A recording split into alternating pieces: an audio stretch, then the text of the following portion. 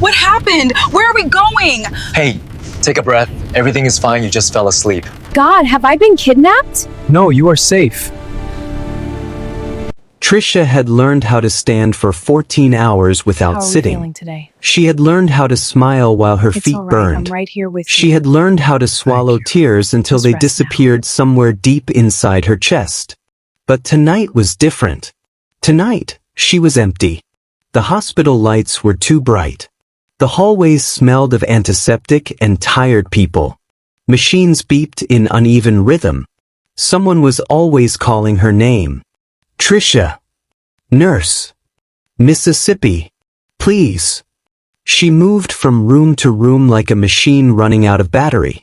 An elderly man gripped her wrist and whispered, "Don't let me die alone." She stayed 5 minutes longer than she was allowed to. A child cried after surgery. She sang softly while adjusting the four. Her lunch sat untouched in her locker. By the time her shift ended, the digital clock on the wall read 12:07 a.m. 12 hours. But she had come in early. So really, it had been closer to 14. Her back ached. Her eyes burned. Her thoughts felt slow and heavy. Outside, the air was cold. The city of Seoul was still alive, glowing with neon lights and quiet traffic. She pulled out her phone. Rideshare app. Black sedan. License plate ending in 4821. 3 minutes away. She leaned against the hospital wall and closed her eyes, just for a second. The car pulled up. But, shiny. Luxury. She did not check the plate number. She did not check the driver. She just opened the door and slid inside. The leather seat was warm. It smelled expensive. She exhaled. Long night, she murmured softly. The man in the back seat turned his head slowly. She didn't look at him. Didn't notice the tailored black suit. Didn't see the gold watch. Didn't feel the weight of 5 armed men sitting in the car. She simply leaned to the side. Her shoulder brushed his arm. Her head tipped gently. And within seconds, she fell asleep. On Kim Kong. Inside the car, silence became heavy. The driver looked into the rearview mirror. "Boss." The word hung carefully in the air. Kim Kong did not respond immediately. He was staring at the woman sleeping on him. Her breathing was deep. Uneven. Like someone who had pushed herself too far. One of the men in the front seat whispered, "Should we remove her?" Remove. Such a simple word. In their world, remove meant disappear. Kim's expression did not change. He studied her face. There were faint dark circles under her eyes. Her hair was tied loosely, strands falling around her cheeks. There was dried blood on the sleeve of her scrubs. Not her blood. He knew the difference. "She smells like a hospital," the driver muttered quietly. Kim lifted his hand slightly. The car went silent. He noticed something else. Her fingers were slightly swollen. Overworked hands. A thin bracelet hung on her wrist, cheap, worn. She wasn't rich. She wasn't powerful. She wasn't important. Which made this more dangerous. Accidents did not exist in his life. Everything had a reason. Everything had a cost. Yet this woman had just entered his car without fear. Without awareness. Without calculation. She trusted the world enough to fall asleep in it. That confused him. "Boss?" one of the men asked again. Kim adjusted slightly. Her head slid lower. Instinctively, he steadied her. Careful. Gentle. The movement surprised even him. He glanced at the phone still in her hand. The rideshare app glowed faintly. An address displayed. He spoke calmly. "Drive." "To where?" He nodded toward her phone. "Follow that address." The men exchanged glances. Their boss was supposed to attend a meeting. An important one. Someone was waiting for his decision. Someone's fate depended on it. For now, he was driving a nurse home. Because she was tired. The car moved through the city lights. Outside, neon signs reflected against the dark windows. Inside, two completely different lives shared the same seat. Tricia shifted in her sleep. Her head pressed more firmly against his shoulder. Her hand lightly gripped his jacket, like she was afraid of falling. Kim went still. He was not used to being touched. People avoided touching him. People feared touching him. His presence alone made rooms silent. But this woman? She used him like a pillow, unaware that his name was whispered in dark rooms. Unaware that politicians negotiated with him. Unaware that men twice her size trembled when he walked in. She trusted him without knowing him. That felt dangerous. She whispered something in her sleep. I tried. Her voice cracked softly. I did everything I could. Kim's eyes narrowed slightly. He had heard that tone before. Not from nurses. From soldiers. From men who lost battles. Regret. She was carrying something heavy. He looked down at her again. For a moment, the world inside the car shifted. It wasn't mafia business. It wasn't territory. It wasn't power. It was just a tired nurse who had nothing left to give. He turned his face toward the window. He told himself this meant nothing. And yet, he canceled the meeting with a single message. The car stopped in front of a small apartment building. Not luxurious. Not poor. Just ordinary. Kim looked at her. For a second, he considered letting her sleep longer. He didn't know why. He gently tapped her shoulder. She stirred. Brows furrowed. Eyes fluttered open. She smiled sleepily at first. Did we? Then she saw him. Not the steering wheel. Not the driver. Her smile vanished. Her body went stiff. Her brain began catching up. Different interior. Different driver. 3 men in suits in front.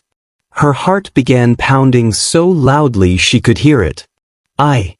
She looked around quickly. I got in the wrong car. Yes, Kim said calmly. Her voice trembled. I'm so sorry. I didn't mean to. I thought this was my ride. Silence. She noticed how expensive everything looked. His watch. The way the men in front avoided looking back. Her mind started imagining headlines. Nurse found missing. Kidnapped. Murdered. I don't have money, she blurted out nervously. If this is about money. One of the men almost laughed but stopped when Kim glanced forward. You fell asleep, Kim said. Her eyes widened in horror. I did what? On my shoulder. Her hand flew to her mouth. Oh my God. I am so sorry. I worked a double shift. I wasn't thinking. He studied her panic carefully. Real fear. Not manipulation. You are a nurse, he stated. Yes. That explains the blood. She froze. It's not mine. I know. The way he said it was steady. Confident. Not accusing. That surprised her more than anything. He opened the door beside her. You're home. She blinked. That's my building. Yes. She stared at him. You're not going to hurt me? His expression did not change. If I intended to harm you, you would not wake up. Her throat went dry. The honesty in that sentence was scarier than a lie. She stepped out slowly. Her legs felt weak. Before closing the door, she hesitated. She looked at him again.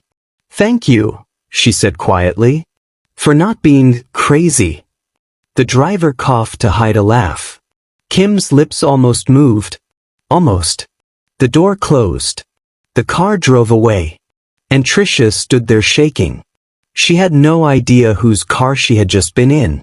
3 days passed. She told no one. Not her coworkers. Not her friends. It felt unreal. Like a dream. Until she saw his face again. She was in the hospital break room when a television news segment played. Businessman Kim Kong continues expanding his security investments. Her coffee cup froze halfway to her lips. There he was. The same calm face. The same sharp eyes. For now, his name was underneath. Kim Kong. Some called him a powerful entrepreneur. Some called him something darker. The news anchor used careful words. Controversial. Influential. Private operations. There were rumors of organized crime. Unproven. Unspoken. But everyone knew.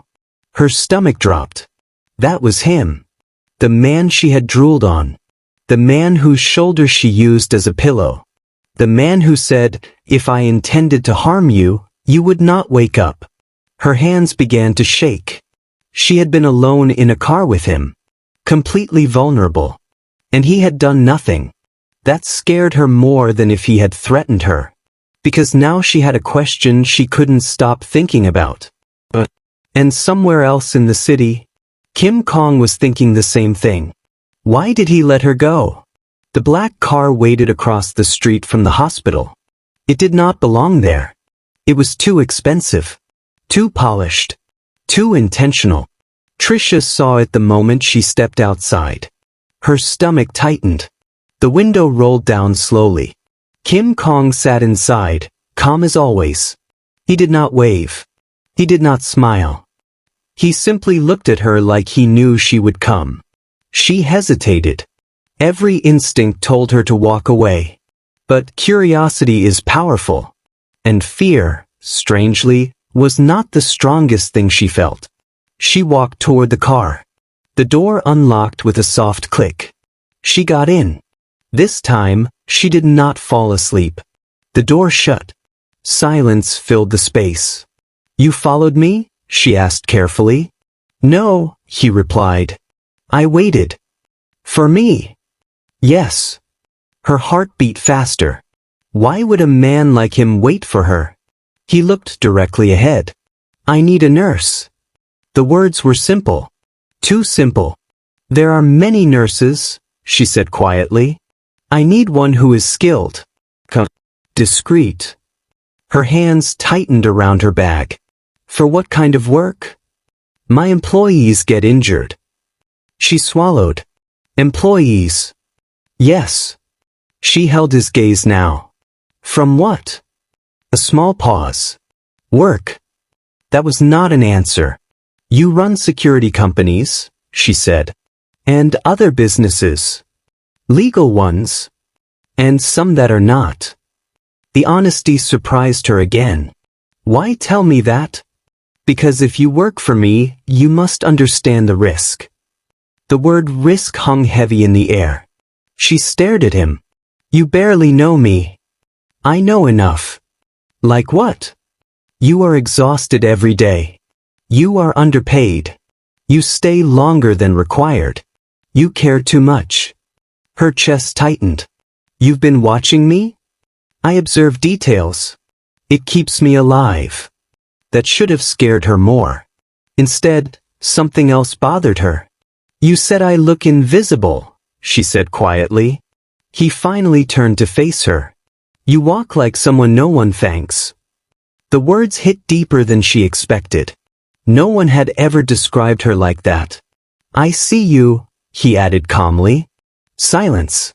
Her breath felt uneven. "Why me?" she whispered. "Because you entered my car without fear." "I was half asleep." "Exactly." He leaned back slightly. "I will pay you 3 times what the hospital pays. Private clinic. Limited patients. No records." Her pulse quickened. That kind of money could fix everything. Her rent. Her debt. Her mother's medical bills. "But if something illegal happens," she asked slowly, "am I responsible?" "I will protect you." That answer was firm. Unshaken. She looked at his hands. They were steady. Controlled. A man used to command. "And if I say no?" "I will not force you." He meant that. That made it worse. Because now the decision was hers. That night she could not sleep. She lay in her small apartment staring at the ceiling. The city hummed outside her window.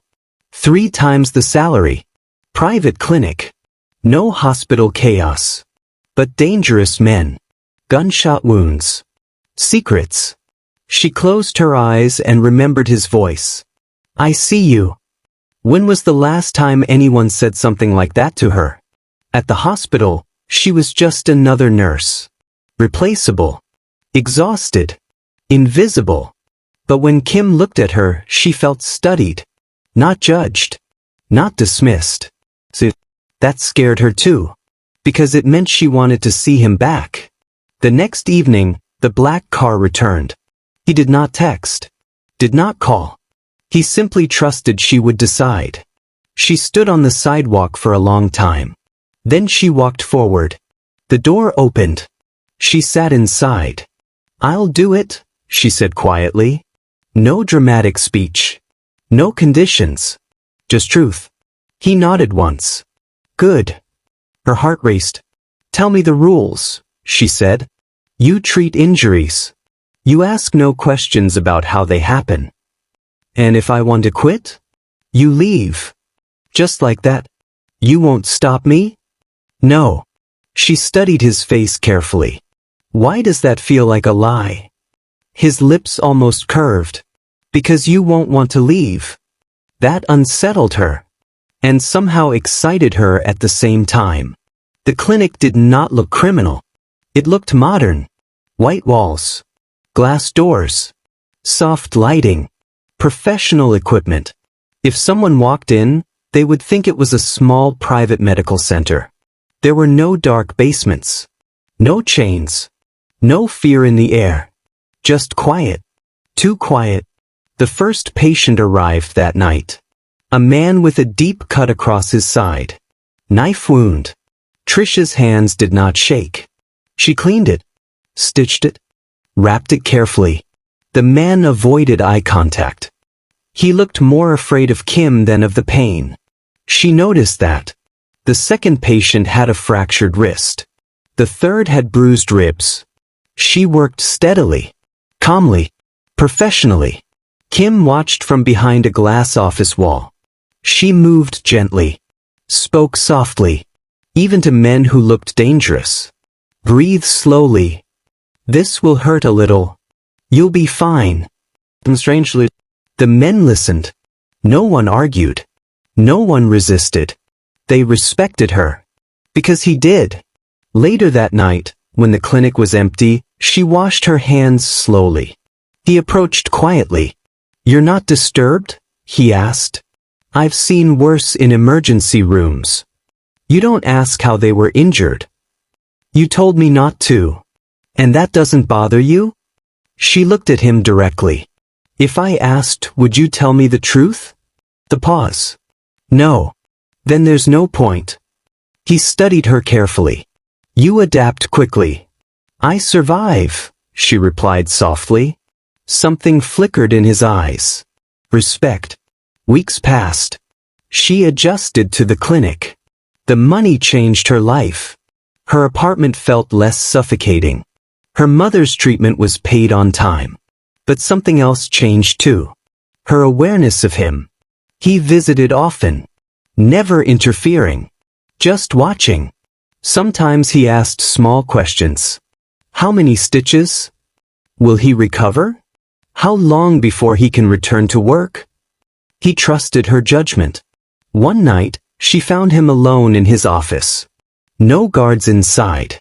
No weapons visible. Just him. You should be resting, she said. I don't sleep much. Why? He looked at her evenly. Men in my position who sleep too deeply do not wake up. That sentence sent a chill through her. She stepped closer without thinking. You're safe here. He looked at her hand. It was resting lightly on his desk. Close to his.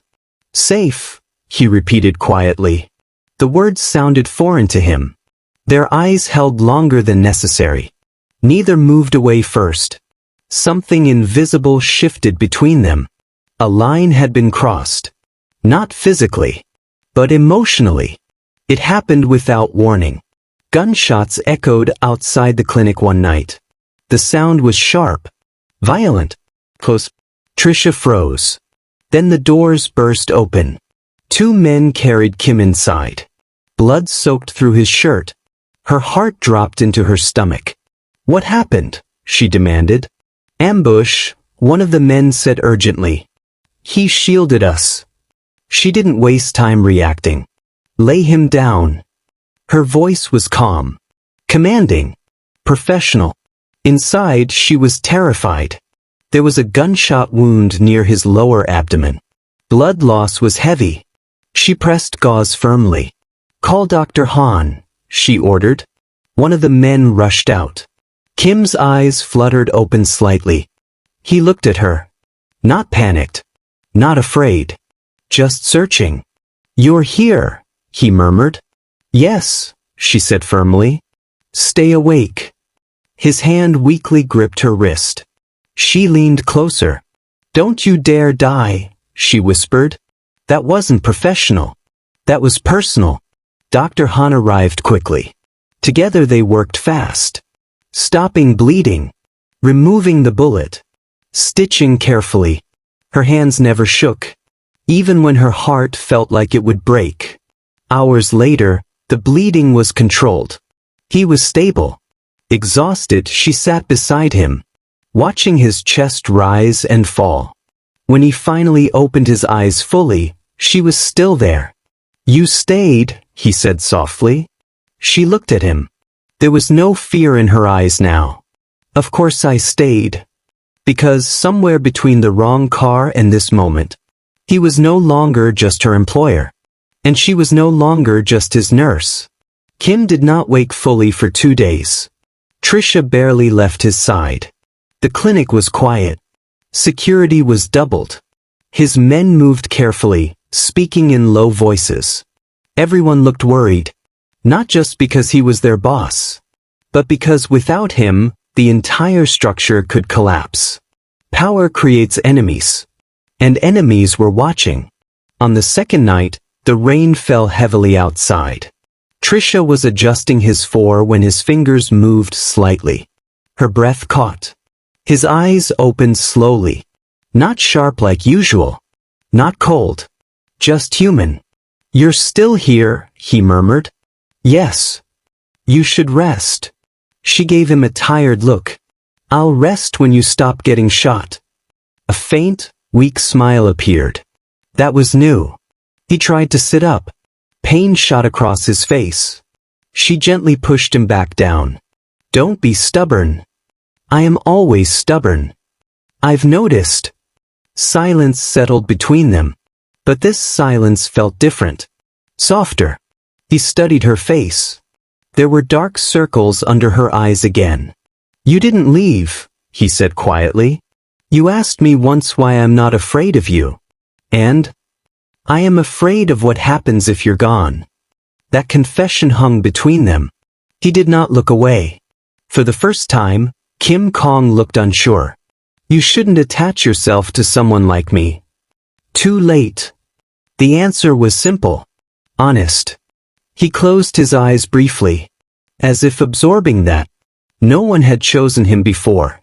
They feared him, needed him, used him, but they never chose him. Until now. Word spread quickly that Kim had been injured. In his world, weakness was blood in the water. Rivals began testing boundaries. Small disruptions. Threats. Messages. Tricia noticed the tension immediately. Guards increased around the clinic. Cars followed them. One evening as she left work, a motorcycle slowed near her. Too slow. Her heart began racing. It sped off again. But the message was clear. She was visible now. And visibility was dangerous. That night she confronted him. "You need to let me go." His jaw tightened. "No. They're watching me. I know. That's exactly why I should leave." He stood slowly, still recovering but steady. "You think distance will protect you? It might." "No," he said firmly. "It will show them you matter." Her breath caught. "And I do matter?" He stepped closer. Too close for comfort. "More than I planned." Silence. The air felt heavy. I won't let anyone touch you, he continued. You can't control everything. I can control enough. She looked at him carefully. You're scared? His expression hardened slightly. I don't get scared. Yes, you do. He didn't argue. Because she was right. He wasn't afraid of dying. He was afraid of losing her. That realization changed something inside him. Power meant nothing if it put her in danger. Kim called a private meeting with his highest-ranking men. They sat around a long table. Serious. Confused. I'm stepping back, he said calmly. The room froze. One man leaned forward. Boss, that's not possible. It is. Our rivals will be handled. You built this. And now I'm choosing something else. They understood. Not fully, but enough. Love was not a language they used often, but they recognized it when they saw it. Later that night, Tricia found him alone in his office. You look like you're saying goodbye, she said softly. In a way. To what? To the only life I've known. Her chest tightened. You don't have to do that. Yes, I do. For me. For us. The word us felt fragile. Precious. He stepped closer. If I stay in this world, you will always be a target. And if you leave? I lose power. She searched his face. Are you ready for that? He held her gaze. I'm ready to be a man instead of a weapon. Her eyes filled with tears. No one had ever chosen her over power. No one had ever changed direction because of her. She reached for his hand. And he let her. Leaving was not clean. There was one final confrontation. A rival leader demanded territory. Demanded submission. Kim met him alone in an underground parking structure. No gunfight. No shouting. Just negotiation. For once, Kim chose strategy over dominance. He gave up pieces of his empire. Kept only what could operate legally. Security firms. Import businesses. Clean money. He walked away from control. But alive. When he returned to the clinic that night, Tricia was waiting. She scanned him quickly. You're not bleeding. No. She exhaled in relief. It's done. She searched his face. Are you sure? Yes. For good. For good. He looked different. Lighter. Less sharp around the edges.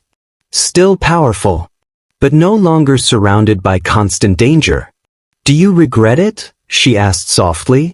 He looked at her. No. Not even for a second. Months passed. The clinic became fully legitimate. No more gunshot wounds. No more midnight emergencies. Just employees with work injuries. Sprains. Minor accidents. Normal life. Tricia returned home one evening and found him waiting outside her building again. But this time, he wasn't hidden in shadow. He wasn't surrounded by guards. It was just him, leaning casually against the car. You're early, she said. I wanted to drive you. She smiled slightly. She opened the passenger door. Sat down. Looked at him. You know, she said softly, if I had checked the license plate that night. He glanced at her. You wouldn't have gotten in. She nodded. Maybe I got in the wrong car. He shook his head slowly. No. She tilted her head. You got in the right one. The city lights reflected in the windshield. This time, when she leaned her head against his shoulder. She did it on purpose. And he didn't hesitate to let her. Two people from different worlds. One wrong car. One impossible choice. And a future neither of them expected. But both of them chose. Thank you for staying till the end. Comment where you're watching this video from and don't forget to subscribe.